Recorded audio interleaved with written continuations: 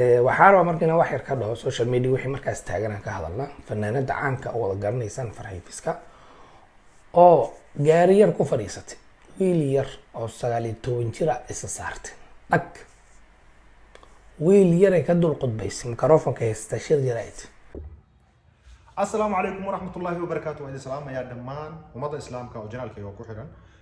ومسكين كيو يلك أها نوع ربنا فيديو بصوتوا أي ماشي ربنا سكسو في السلام وحان لا يا حي جبي أهم وحان سلام يا دلني يرادا كومنتيو غروح بدن إيش قرتي لبدي فيديو يعني كسو في السحاي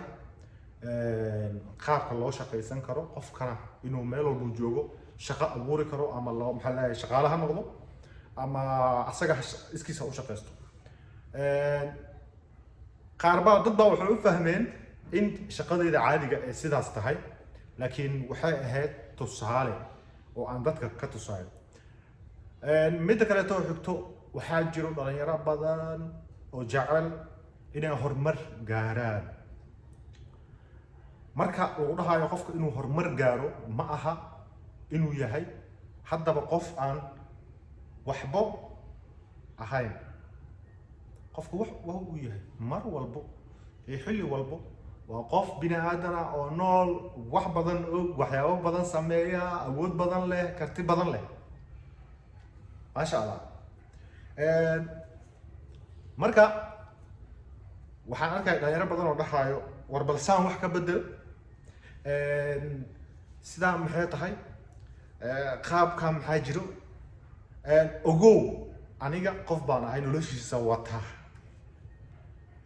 taasna cidnaba kaga hoos fadhiyo qofna maxaa kama amar qaadanayo waad ku mahadsan tahay waxyaabaha aad rabtid inaan aniga qariyo ma ahi qof wax qariya laakiin waxaa jiro waxyaabo badan oo ka fiirsasho u baahan marka aad sameynayso waxaa ka mid ah qofka labadan beri waxaa soo badatay dadka ayagoona ku garanayn raba in ay wax kaa sheegaan waa iska soo badatay taasna waxaa keeni karto shaqo la'aanta waxaa jiro ayaadan waxaa soo badatay isqabqabsi badan videogan wuxuu dab taagan yahay videoga hore laakiin waxaa ku darsanaa fikir aniga aan ka qabo nolosha qofka siduu u noolaan karo fikrad buu nin walba fikrad buu ka haystaa aniga fikradda aan ka haysta waxay tahay in qof walba noloshiisa iyo naftiisa iyo horumarintiisaba uu asaga u yahay xor horta waxaan u hambalyeynaa marka koowaad walaaladay aan ku walaalowno soomaalinimo teeda kale aan ku sii walaalownay fanka Farxiyo Fiska iyo Mubaarak October labadan beri waxaan arkay dad badan oo dhahaya heblaayo fanaanadii oo isku fadhiisay xataa waa maqlay war ilaahi ibtilo war bahasha xushood bay lahaan jirtay isku fadhiisay isku yeeshay qabba wiil ka yar bay guursatay wiil baa saana wiil baa kana ina adeer weeba guursatay iyadee maxaa ku waalay adeeg wiilka yarna asagaaba ku qanacsan oo guursaday iyada raba maxaa adig ku waalay ilmaha yar la isku ciyaarayna war mise bahashi dan la'aantii toos u badato shaqo la'aantii waxay u badatay kal ilaad saas la ajligeed ayaa waxaa la sameynayaa nin walba mashruuc wuxuu ka dhigtay heblaya saastiri hebel asaay warnaa waaga yareen anaga waxa la dhihi jiray qof dhalinyaro ah oo hadla ama booteeya ama waxyaabo qaar sheega markii la arko waryaa ma socotaa intee u socotaadi hawshan waa hawshii gabdhaha sababtoo ah ayagaa wax isku sheega ayagaa sheekooyin sameeya ayagaa maxaa lahaye waxyaabo badan ka hadla waayo inta ugu badan sida aan ognahay Soomaali haddaan nahay hablaheena annaga guriga ayay noo joogaan sida ugu badan هذا تونا يلا جواني وأنا إسكسو ورجع محلها هذا الدجاجة كم مرة هاي لكن مجال أنيقو كل شيء أو أنيق أكو سكري قف كإنه هتحضله نينك رجع إنه إسكه هتحضله ووحرم إسكشك شيء وكم ممنوع ceeb ilama arkaan bay ka tahay reer Kismaayo waa islaamaya magaalada Kismaayo ah sidaas aan ku ogaa oo waan tagaa waa ka imaadaa hadda sida hore maxallaha ugu badni laakiin waa ku dhashay oo ku soo koray dhaqankeedaan leeyahay sida aniga ahay ayay dhalinyaradana wada yihiin inta ugu badan hadda iyo waxa soo kordhay waxay videogan isla daawano waxaa rabaa marka inaan wax yar ka dhaho social media wixii markaas taagan aan ka hadalna fanaanada caanka oo wada garanaysaan Farxii Fiska oo gaari yar ku fadhiisatay wiil yar oo 19 jir ah isa saartay dhag wiil yar ay ka dul qudbaysay mikrofoonka haysta shir jirayd waa aragteen malaha adeer bahasha way qurux badneed waa la qurxiyaa xataa oo waxaa la dhahaa hambaliyo waxaa la dhahaa laba qofood way kala weynaan kartaa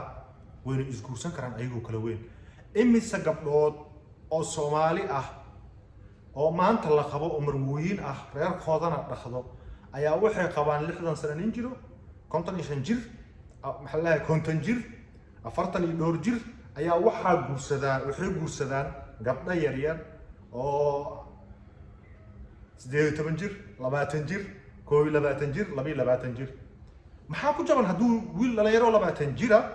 oo nin qangaara ah noloshiisa wato ciduu rabo hadduu guursado ceeb kuma jirto taas ana ceeb ma ka dhex arko waayo weynaan iyo yaraan haddii la kala diidayo weliba nin iyo maxallaha qof dumar ah iyo rag haddii loo kala diidayo oo wiilka inuu yar yahay haddii la diidayo nabi maxamed calayhi salaatu wasalaam ba markuu guursanayo waxaa lagu qiyaasaa 26 jir ilaa 25 jir culimada inta badan waxay ku qiyaastaa labadaas midkood inuu jiro 26 iyo 25 mid toos loo ataagayna ma jirin laakiin Khadiija markuu guursanayo way ka weyneed maxaa Khadiija ku guursatay waxay ku guursatay inuu aamin yahay nin aamin ah yahay oo ganacsi uu u shaqeeyo xataa iyada business uu aga shaqeeyay business bay lahayd okay maanta oo 2022 joogo dunida ay horumartay waxaa la soo heli karaa 9 jir dumar ah wiil la yaraha qabo waxaa la soo helayaa rag waaweyn ilaaha weyn waaxdehe oo gabdho yar yar qabo marka in ceeb laga dhigaa ama in wax laga dhaxraadiyaa ma qurux badno mid kale ta u soo noqon videogeeni aniga taas waxaan kaga soo gudbayaa oo dadkaas isguursaday laba qof oo Soomaaliya oo dhan walba iskala eg in isguursadeen dhan walba iskala eg waa rag iyadana waa dumar way isgeeyaan way isku guursan karaan waa fanaan waa fanaanad way isgeeyaan way isku guursadaan ayagaaba iskaga kiindho isku hooyo isku aabaha ilmo faneed ayaga isku hooyo isku aabaha afku dukaanlayaasha ayaga isku hooyo isku aabaha dhaxdooda man ka baxnaba naga dhaxbaxa oo cad intaas waa iska yara kaftan laakiin waxaa runa qofka hadduu noloshiisa asaga samaystay in noloshiisa xorriyad loo siiyo ani saara waa u noolaan karaa adiga haddii daawanaya saarta u noolaan kartaa cid ku xisaabinaysaa ma jirto laakiin maalinka qiyaamaha lagu xisaabinaa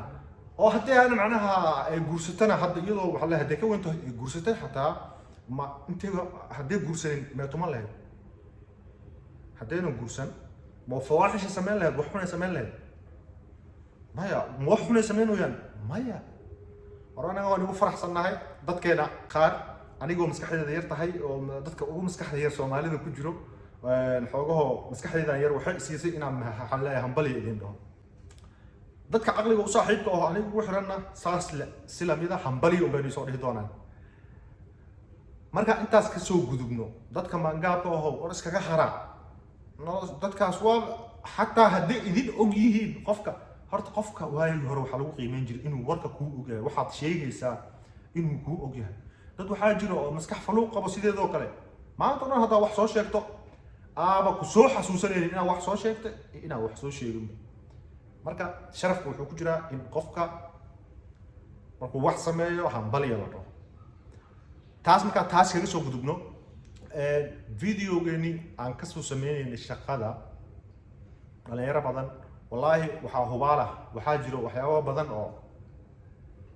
oo anaga isticmaalno maanta meeshan aan hadda joogo galeeya cabitaan laga soo dhigay soomaaliyana waa iska daadsan tahay oo waa iska buuxda meelaha iska tuuranta yaa rabbana annagana meeshaan hadda aan joogno cabitaan galeeya iska cabayna daarabno oo galeey laga soo sameeyay waxa ka qaaday caafimaadku u fiican waxa uu leeyahay waliba caafimaadku u fiican yahay noo adduunku waa isku tashtee war Soomaaliyay idinkana bal isku tashta oo aqli bal wax baash xogo aqli hal ugu yara daro aqli yar hal ugu dayo oo hala toosiyo xogaho maalin walba ma dhihi karnay anaga dhulan haysanaa dad ma haysano maalin walba hadal looma noqon karay rag weyn buu Ilaahay naga dhigay mise sidaan baa la iska rabaayo nin walba qaxooti laan dheere inuu qaxooti laan dheere ahaado يا ربنا ما شارت الجو ما شارت المحلات يكون والله مهمة أوجو إن شخصي جنسية ديسا مدو وياهي ولي بمركز مدو لا جسوا تجو إيست أفريقيان وياهي إيست أفريقيا مركز لا جسوا تجو سومالي وياهي واحد الفيديو كان أصلا طبعا اسمه ninkii oo maayarka ka ah magaalada aniga aan deganahay Ows la yiraaho inuu ii sii dhigay gurigayga fiyoore iyo warqad uu ku soo qoray maanteeto wadankaagi ah u soo baramoostay oo adduunka muusikada adduunka u gashay halka wadankayga ka yaa waa wadan Danish aniga Soomaaliyaan ahay baasaboorka Danishkana waa la siiyay marka waxaan yiri aniga waxaan ahay black Danish aan ahayaan dhahay laakiin Danishka cad idinka waaye baasaboorka waxa kugu taal u dhalatay Soomaaliya laakiin Danish inta ka aniga naag madow aan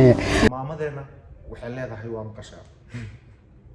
marka hadal ma saarnaan karno haddaad videogan ilaa xilligan aad soo gaarto intaan aad soo daawatay waxaan kaaga mahadcelinayaa daawashada muuqaalkan aad daawatay haddaad raali ka tahay subscribe baan dhihi kartaa haddaadan raali ka ahaynna mar labaad waxaan kaaga mahadcelinayaa daawashada muuqaalkan sababtoo ah juhdi waqti ayaad gelisay sharaf iyo karaamo waan kugu faraxsanahay ama subscribe noo saar ama ha noo saar laakiin mid baa muhiim inoo ah inaad videoga like garayso comment qurux badan aad ka soo bixiso sababtoo ah bini'aadan ahay waxbaan qaldi karaa waxa aanay si u arko ayaa si kale u arki kartaa adoon xumaan fiirinin xumaana aad u taageerinin ka soo bixi comment qurux badan videoyada waliba talooyin adoo isiinaya aniga adoo talo isiinaya video marka ku soo gudbinayo waxa macquul ah waxa aniga soo arko oo wanaag aan u arko inaan ku soo gudbiyo laakiin waxa ka sii fiican asna fikirka adigu kugu jiro inuu aniga i anfaco oo waxyaabo badan aan ka soo sameeyay ayay macquul u noqon doontaa sida mar hore ku sheegabo please channelka subscribe dhaho haddaad raali ka tahay haddaad raali ka ahaynna farxad ikraam ku noolow sidaa iyo maca fi salaama assalaamu calaykum waraxmatullahi